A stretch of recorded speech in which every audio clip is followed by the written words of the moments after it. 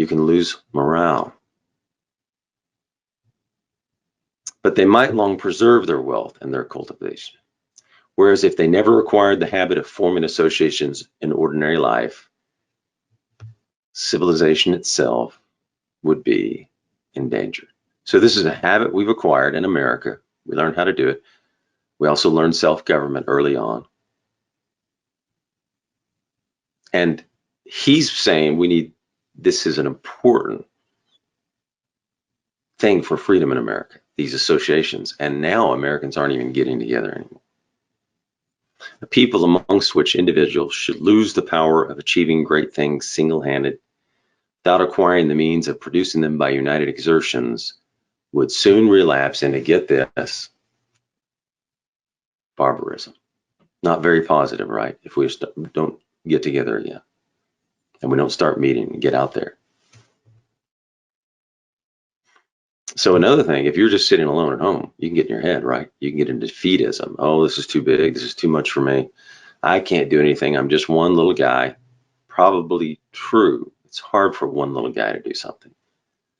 But take 100,000 or 10,000 or 500 or 20, depending on a local situation. 100 people might make an enormous impact, half an enormous impact. Oh, there's no hope. The country's gone. We can't do anything anyway. The Constitution's gone. It's over, right?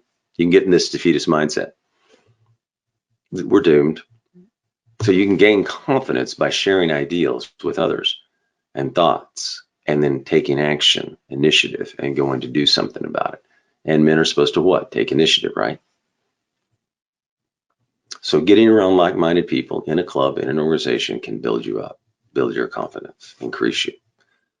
Allow you also to protect your individual rights from government. Unhappily, the same social condition which renders association so necessary to democratic nations renders their formation more difficult amongst those nations than amongst all others. So this is interesting. And this does seem to be true, right? Because if we go back to the books, people are staying alone, sitting at home on the computers, isolated, atomized. Organizations are down in decline. Joining things is down.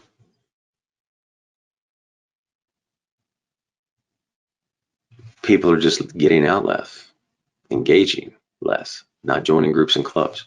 But your freedom is dependent upon association. When several members of an aristocracy agree to combine, they easily succeed in doing so, as each of them brings strength to the partnership, right? Each individual has more power, he's greater. So each person that goes in increases their strength. The number of its members may be very limited. When the members of a democracy and America association are limited in number, they may be easily become mutually acquainted, understand each other, and establish fixed regulations. The same opportunities do not occur amongst democratic nations, where the associated members must always be very numerous for their association to have in any kind of power. So that makes sense, right? An aristocracy, the men are more powerful, richer, or have a title or something. So each man is going to make a larger difference. But in our associations here in America, you need more numbers, larger numbers. I'm aware that many of my countrymen are not in the least embarrassed by this difficulty. They contend that the more enfeebled and incompetent the citizens become, the more able and active the government ought to be. Rendered scary right there. In order that society at large may execute what individuals can no longer accomplish. So again, that's scary, right? We don't want that happening. We want the government to stay in their constitutional spheres and us to be able to take initiative, have free markets, free enterprise, and do most of our own things. We were built, this country, on a limited government. We never wanted tyranny from above again. And we have federalism, which means it's really supposed to stay at the local and state level, most things. So what else does it do? These clubs, organizations develop leadership for you men. They develop skills. We said that. And you can influence things. It's not up in Washington. So you're developing the ability to lead, organize, do things, achieve things. And that is one of the big advantages of federalism. It develops responsibility and leadership. And you can solve problems at the local level and the state level, where they're constitutionally retained those powers. So we don't want the government, the federal government, usurping powers of the states. We want to do it.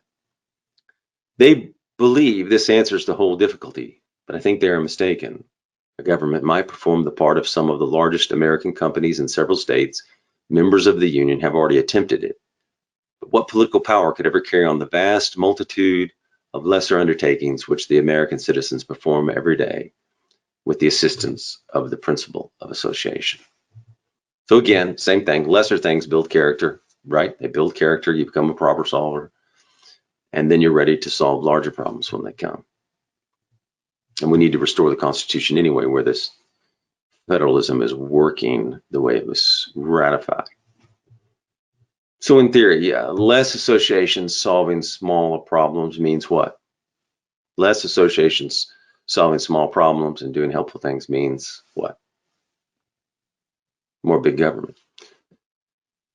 And more associations solving problems means in theory you need less big government. It's easy to foresee that the time is drawing near when man will be less and less able to produce of himself alone commonest necessaries of life. You can't do everything alone. You need other men, and you don't want the federal government filling that role.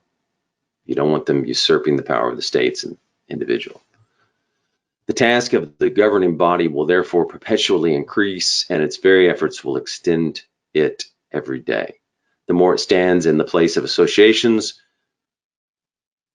the more will individuals losing the notion of combining together require its assistance. There are causes and effects which unceasingly engender each other. So the more big government does, the less you're going to get together, the less association, which is going to do what? Increase loneliness, depression, anxiety, powerlessness, and it's going to not help you with tyranny and detract from your freedom. Because the more the big federal government does, less freedom you're probably going to have, right? So you don't want that to happen.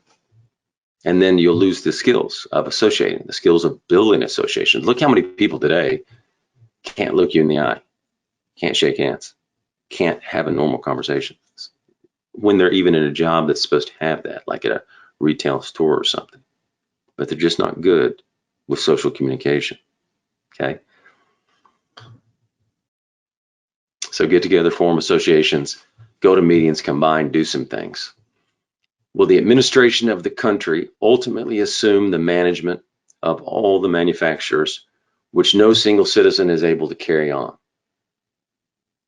And if a time at length arrives when, in consequence of this extreme subdivision of landed property, the soil is split into an infinite number of parcels so that it can only be cultivated by companies of husbandmen, will it be necessary that the head of the government should leave the helm of state to follow the plow? The morals and the intelligence of a democratic people would be as much endangered as its businesses and manufacturers, if the government ever wholly usurped the place of private companies. We don't want that, right? That would be what? Probably you'd have tyranny then, if the government was getting involved in everything and you didn't have private companies. In fact, we have to watch out for the collusion right now between big government and big business. So you got small business and big business. Morals and intelligence, pretty important, right? You want a society to be smarter in the right way, a thinking society, and have morals. You don't want the government taking the place where private companies should be.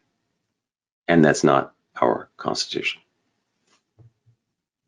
You want free enterprise, free markets, not the government telling businesses what to do, not them telling them what they can publish, what they can say, or what individuals can say, because we have the First Amendment, right? So we don't want the government, the federal government, telling people what they can say, or companies what they can say, or what they need to do, or what story they can't publish, or what they want censored, or what they want the narrative to be. Because the First Amendment protects companies and individuals from the federal government and gives us freedom of speech. And it gives us more than that.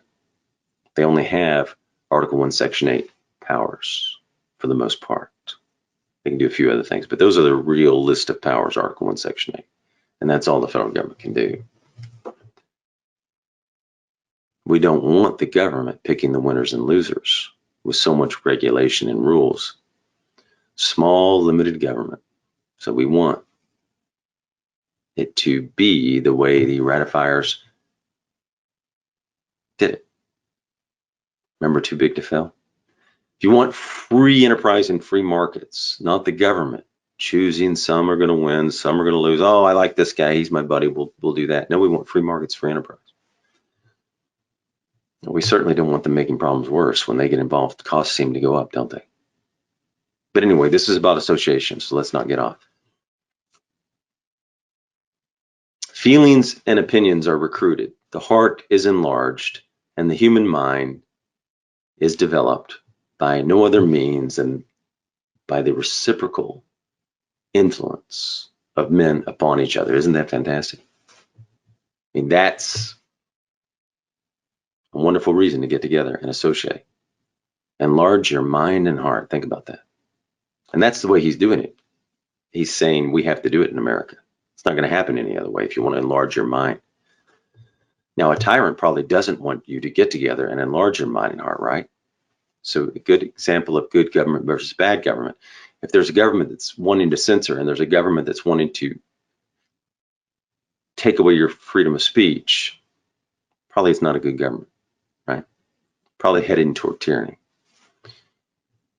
I have shown that these influences are almost null in democratic countries. They must therefore be artificially created. And this can only be accomplished by association. So the only way to increase your heart and mind is by association, he's saying. Now, we do a lot of men's groups, we meet, and it does enlarge your mind and heart. You will think better, it will increase you if you're having deep discussions on many levels with men of virtue. And it'll also make you more manly, right? If you're around men of manly virtues, you're probably going to pick up something, right?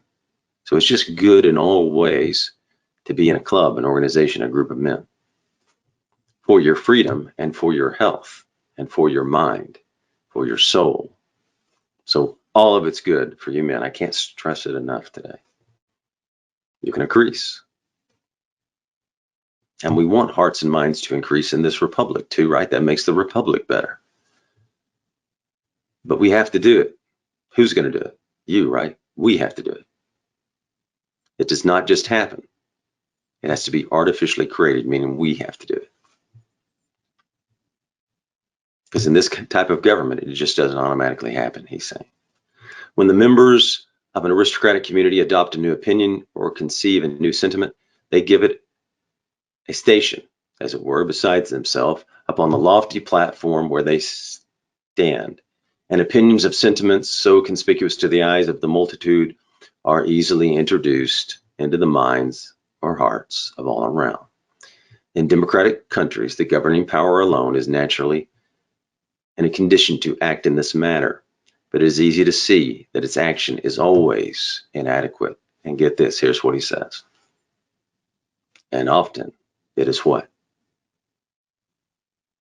Dangerous. We don't want the government involving itself in places it shouldn't be. That's dangerous. When they go beyond their constitutional powers, it's dangerous. Dangerous to what? Your freedom, your individual rights.